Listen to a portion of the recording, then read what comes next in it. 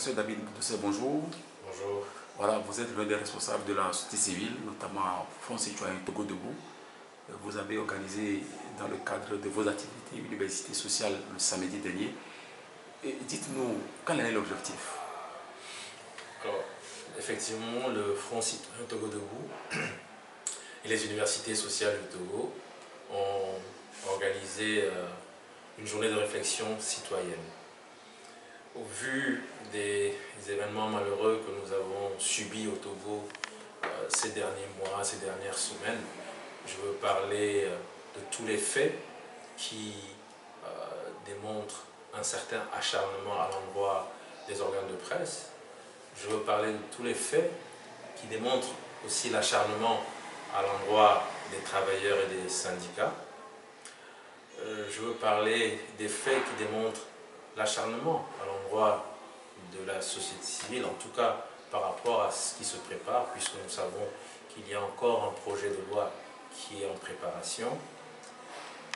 Par rapport à tous les faits qui démontrent qu'au Togo, il y a donc une vraie restriction des espaces de liberté, des espaces civiques. Tout cela a fait que dans cette succession d'éléments totalement inquiétants, nous avons estimé qu'il était important qu'on puisse en tant que citoyens s'arrêter et réfléchir. Et c'est ce qui nous a donc conduit à organiser cette journée citoyenne de réflexion et à inviter un certain nombre de partenaires sociaux autour de cette thématique, qui est la restriction des libertés. Et nous avons ainsi pu échanger sur les spécificités liées aux organes de presse qui subissent un véritable acharnement de la part de la HAC, qui semble d'une certaine manière sortir de son cadre de mission. La HAC qui se comporte plus comme un instrument de répression pour agir contre les organes de presse qui sont considérés proches d'une certaine idéologie. Nous avons pu également mettre l'accent sur la justice, sur le SCRIC, le service central de renseignement des investigations criminelles, le SCRIC, et démontrer aussi que ces institutions qui devraient vraiment porter la justice, dire le droit, donnent le sentiment d'agir contre toutes les voix dissonantes. Et nous avons pu donc mettre l'accent sur un certain nombre de constats, de faits qui demeurent de vraies préoccupations pour les citoyens que nous sommes. Et à partir de là, nous avons élaboré un document qui est une espèce de déclaration qui contient un certain nombre de recommandations fortes. Et nous sommes en train maintenant de peaufiner une stratégie qui va certainement être d'abord du plaidoyer à l'endroit d'institutions nationales ou internationales pour dire que nous sommes en train de subir une situation qui va en croissant, et en tant que citoyens, nous estimons que si nous voulons vraiment œuvrer pour la cohésion nationale, il y a un certain nombre de pratiques qu'il va falloir arrêter, parce qu'à terme, cela ne rend pas service à la nation que nous voulons ensemble former. Donc voilà un peu ce qui a nourri cette journée de réflexion. Je voudrais, si vous le permettez, passer par votre canal pour remercier tous ceux qui ont fait le déplacement, tous ceux qui ont fait des communications qui étaient vraiment très très riches et intéressantes, et présenter nos excuses à tous ceux qui n'ont pas pu venir, puisque en raison des mesures barrières, nous voulions vraiment éviter tout risque de nous faire violenter, comme cela se fait parfois malheureusement par les forces de l'ordre. Donc nous voulions rester dans le strict intervalle de personnes présentes, avec la distanciation physique, avec les mesures barrières dans la salle. Est-ce que vous avez le sentiment aujourd'hui qu'il y a un recul démocratique au Togo? Une chose est certaine, le Togo n'a jamais été un État démocratique. Le Togo n'a jamais été un État de droit. Il y a eu par moments des avancées en termes de liberté d'expression, en termes de liberté de presse. Mais ce qu'on constate aujourd'hui, et ce qui est évident, c'est que certains acquis sont en train d'être de nouveau rabotés par le pouvoir en place. Beaucoup de journalistes ont manifestement du mal à s'exprimer aujourd'hui parce qu'ils ont peur de se retrouver avec une convocation par le SCRIC, ou alors ils ont peur d'avoir leur organe suspendu, fermé par la HAC, avec parfois l'intervention de la justice. Et justement, nous avons compris que parfois il y a des zones d'ombre, je vais dire, dans la législation togolaise, qui fait que on dit aujourd'hui que le délit de presse est dépénalisé, mais en même temps, tout écrit fait par un journaliste sur les réseaux sociaux, là pour conduire devant le juge. Et donc ce sont des situations totalement bizarres et ubuesques qui font que le journaliste togolais ne se sent pas protégé. Et donc, pour répondre encore clairement à votre question, est-ce qu'il y a un recul? Il y a eu des acquis, mais qui sont en train d'être rognés, d'être rabotés par le pouvoir en place. Et c'est là où les citoyens doivent être vigilants, parce qu'aujourd'hui, si on s'attaque aux journalistes et que les autres estiment qu'ils ne sont pas concernés, ils ont tort, parce que tôt ou tard, on l'a compris, le marteau se déplace, des hommes politiques vers les journalistes, des journalistes vers les syndicalistes à coup sûr, tout reviendra aux hommes de la société civile, comme ma propre personne, de subir certainement les affres de ce pouvoir. Et si vous le permettez, nous avons également insisté sur un aspect, et c'est un des doyens qui l'a dit. Aujourd'hui, nous constatons un manque de solidarité énorme. Et là, je vais prendre l'exemple des syndicats. Je puis me permettre d'en parler puisque moi-même je suis syndicaliste. On a vu ce qui s'est passé avec les travailleurs, les instituteurs, les enseignants qui ont subi une mise à pied sans salaire, alors que nous savons tous les conditions difficiles dans lesquelles on vivote avec le salaire. Quand vous avez votre salaire, c'est toute une communauté que vous prenez en charge. Et on se permet tout simplement sur des arguments, des accusations d'outrage, de fausses déclarations, de rumeurs, je ne sais plus trop quels sont les termes qu'ils ont employés. Donc de couper les salaires à des gens, moi je m'attendais à avoir une vive réaction de la part des syndicats de base, plus de solidarité de la part des centrales syndicales. Et j'étais vraiment surpris de voir que les centrales, en dehors de la STT, qui a tenté quelque chose, on a 7 centrales au Togo, et aucune n'a été en mesure de défendre un tant soit peu ces travailleurs qui subissent cette punition abusive. C'est une vraie punition abusive, et cela pose un problème au Togo, où nous avions connu des syndicats beaucoup plus vaillants, des syndicats beaucoup plus solidaires, des syndicats beaucoup plus dynamiques. Et c'est une invitation de la journée de réflexion, c'est une invitation également que je fais ici, que je formule ici, à l'endroit des centrales. Lorsqu'on met en place une centrale, ce n'est pas pour sa propre personne, ce n'est pas pour, je ne sais pas, mais c'est pour régler en tout cas les problèmes des travailleurs.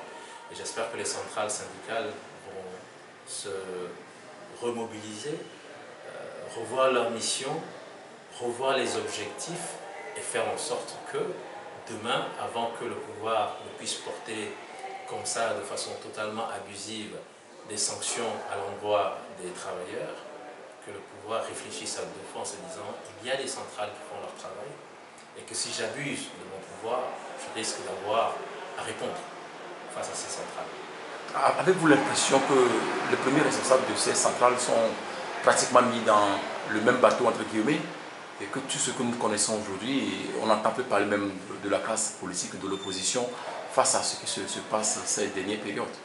Alors, une chose est certaine, et là je voudrais remercier le professeur Walla qui était présent à cette journée de réflexion, qui est une éminente personnalité du monde syndical. Il a reconnu la faiblesse aujourd'hui des centrales syndicales au Togo. Il y a une certaine notabilisation, il faut le reconnaître, de certains responsables qui sont là depuis trop longtemps à la tête de leur centrale. Les élections sociales qui avaient été organisées il y a plusieurs années déjà et qui devaient permettre d'assainir un peu en élaguant les centrales qui n'ont plus de représentativité, parce qu'il faut le reconnaître, toutes les centrales, les 7 centrales n'ont pas la même représentativité. Et donc, elles n'ont pas en principe droit au chapitre. au même titre, lorsqu'on organise des élections, c'est que les centrales syndicales qui sont les plus implantées et qui peuvent parler au nom des travailleurs, peuvent aller à des négociations, peuvent aller à des discussions. Mais si vous mettez tout le monde ensemble, en sachant très bien qu'il y a parfois des responsables centrales qui ne représentent que leur personne, ça pose un problème. Et c'est pour ça qu'on organise des élections sociales. Donc il y a quelques années, je ne me souviens plus de l'année où ça a été organisé, nous avons participé à ces élections sociales et à un moment donné, le pouvoir s'est rendu compte que les centrales qui avaient gagné étaient peut-être celles qui étaient beaucoup plus proches peut-être de l'opposition. En tout cas, c'était des centrales qui étaient très autonomes, très indépendantes, très objectives dans leur prise d'opposition. Et le gouvernement a bloqué les résultats. Nous n'avons jamais eu les résultats définitifs de ces élections sociales. Et tout cela explique cette situation que nous vivons aujourd'hui. Et il revient aux travailleurs de repenser à tout cela. Il revient aux centrales de se dire que l'objectif quand même, c'est de défendre le secteur du travail au Togo. Et chacun, en son âme et conscience, doit savoir quels sont les actes qu'il faut poser pour que nous puissions peut-être retourner à des élections sociales et savoir quelles sont les 3 ou les 4 centrales qui peuvent valablement s'exprimer au nom des travailleurs. Et ça permettra vraiment aux travailleurs d'être défendus lorsque leurs intérêts sont en cause. Le gouvernement parle de photos et qui pense encore à la rélecture de la loi sur le fonctionnement des syndicats au Togo. La décision a été prise récemment, certains se sont prononcés là-dessus. À votre niveau, quelle analyse faites-vous? Oui, une chose est certaine, tant que les centrales syndicales seront affaiblies, tant que les syndicats seront affaiblis, le gouvernement aura un boulevard devant lui. Mais ce que nous avons dit lors de cette journée de réflexion, c'est que le Togo ne vit pas en autarcie. Il y a des règles, il y a des standards internationaux, il y a le BIT, le Bureau international du travail, avec des règles qui sont des règles internationales en ce qui concerne le travail. Le Togo ne peut pas tout se permettre. Mais il faudrait donc que nous puissions, et c'est un travail à faire par les centrales syndicales, que nous puissions voir quelles sont ces mesures additives qui sont en train d'être prises par le gouvernement togolais, qui avait voté le code il n'y a pas si longtemps et qui se permet quelques semaines après d'enclencher un certain nombre de mesures additives. Et donc il faudrait vraiment voir où est-ce qu'on se situe par rapport aux standards internationaux. Et si on estime qu'on est totalement en écart des standards, il ne faut pas hésiter à porter le problème beaucoup plus haut au niveau international et demander à ce que ces instances qui ont produit des textes ratifiés par le Togo prennent la responsabilité également. Est-ce qu'on peut oser dire aujourd'hui que le gouvernement même ou le pouvoir est en partie responsable par rapport à ce qu'on note dans le monde syndical, d'autant plus que dans les années 90, on a noté la création des centrales syndicales, notamment les syndicats libres par ici, les syndicats libres de tel domaine par là, et que finalement c'était vraiment la guéguerre entre les syndicalistes. Est-ce que quelque part le gouvernement n'est pas en partie responsable? Mais c'est ce que j'ai essayé de dire tout à l'heure en parlant de ces élections sociales où le gouvernement s'est rendu compte que, en tout cas, les centrales qui avaient le vent en poupe étaient des centrales sur lesquelles le gouvernement n'avait pas vraiment la main mise. Et donc le gouvernement a refusé, il s'est arrangé pour que les résultats ne soient jamais proclamés. Et donc c'est une manière de démontrer que le gouvernement a son influence dans ce qui se fait. Il manipule le jeu pour que, voilà, on dilue les centrales qui ont une vraie représentativité dans le lot de l'ensemble pour que finalement leur voix ne puisse pas porter. Voilà. Lorsqu'on parle également de la politique au Togo, on sait que la justice joue un grand rôle. Et à votre niveau, au cours de cette rencontre des universités sociales avec Front Citoyen Togo debout à l'appui avec les invités, quelle position avez-vous trouvé pour la justice aujourd'hui par rapport à son rôle? Alors, le rôle de la justice togolaise, nous ne cessons de marteler depuis plusieurs mois qu'il faut qu'on se focalise sur notre système de justice. Nous avons dit qu'au Togo, nous pensons qu'il y a aujourd'hui une crise d'identité judiciaire. Nous sommes convaincus que notre justice elle est instrumentalisée puisqu'elle est devenue un outil qui participe à la vague de répression contre les voix dissonantes. Et il y a suffisamment de preuves aujourd'hui pour l'attester. Nous avions en juillet 2020 organisé donc une conférence de presse pour parler de l'impunité. Et l'impunité fait référence justement à cette justice instrumentalisée qui est totalement incapable d'instruire un vrai processus, une vraie procédure judiciaire à son terme lorsque les personnes qui sont incriminées sont proches du pouvoir. Et donc cela conduit à l'impunité. Nous savons tous que les crimes se nourrissent de l'impunité. Ça constitue un vrai problème. Nous avons posé également le problème des détenus politiques où, pour des faits d'idéologie, d'opinions différentes, le système judiciaire est mis en branle et des personnes sont enfermées, sont embastillées. Donc cela suppose également un manque d'indépendance de la justice. Alors que dans un état de droit démocratique, la séparation des pouvoirs, c'est la base. Le pouvoir judiciaire doit être indépendant du pouvoir exécutif. Lorsque le système de justice se met au service du pouvoir exécutif, ça pose un vrai problème. Aujourd'hui, on voit un peu ce qui va peut-être, je l'espère, se passer avec l'affaire Bolloré. On va en parler. On va en parler. Ça met en doute, je suis triste de le dire en tant que Togolais, la probité de la justice au Togo. Et il va falloir que la lumière vienne encore de la justice extérieure. Ici, il s'agit en l'occurrence de la justice française. Mais la justice au Togo, elle inquiète. Elle inquiète parce que l'affaire Bolloré renvoie par exemple à l'affaire Probosa avec M. Dupuy-Doby qui a clairement signifié qu'il était victime de raquettes, qui a clairement donné des noms. Il a nommément cité M. Debache, Charles Debache, comme étant la personne qui venait tous les mois récupérer des chèques pour lui permettre à lui, avec sa société Probosa, de continuer à travailler au port de Lomé. Donc c'est du racket. Mais cet argent, je suis convaincu qu'on n'en trouvera pas les traces du trésor public togolais. Donc cet argent allait dans des poches de malfaiteurs, il faut dire les choses telles quelles. Et généralement, le système de justice togolais parle de groupement de malfaiteurs. Et il est important qu'on sache maintenant quel est ce groupement de malfaiteurs qui récupérait l'argent issu du racket. Moi, je ne sais pas, mais je répète que M. Dupuy-Doby a cité des noms et il faudrait que la justice togolaise ait le courage d'aller au bout et d'instruire justement, en tout cas les faits, pour qu'on sache quelles sont ces personnes qui allaient récupérer de l'argent au niveau de la société Probosa pour lui permettre de continuer à travailler, à faire la manutention au port de Lomé. Mais je rappelle que le port de Lomé, ça nous appartient à nous tous. Ça n'appartient pas à quelques individus. Et donc, nous, en tant que Togolais, nous nous sentons floués. C'est notre patrimoine national que certains ont pris pour brader, pour faire de la corruption, pour faire du racket. Et j'espère que la justice togolaise ne va pas rester silencieuse dans cette affaire. Nous sommes concernés au plus haut point. Voilà, donc autant d'éléments qui font que, en tant que citoyen, je me pose des questions par rapport à notre système de justice. Et je sais pour avoir discuté avec certains, que beaucoup de magistrats veulent que les choses se passent autrement. Mais il y a une organisation qui fait qu'il leur est difficile aujourd'hui de se mettre en avant. Sinon, ce sont des affectations abusives, jamais de promotion, etc., etc.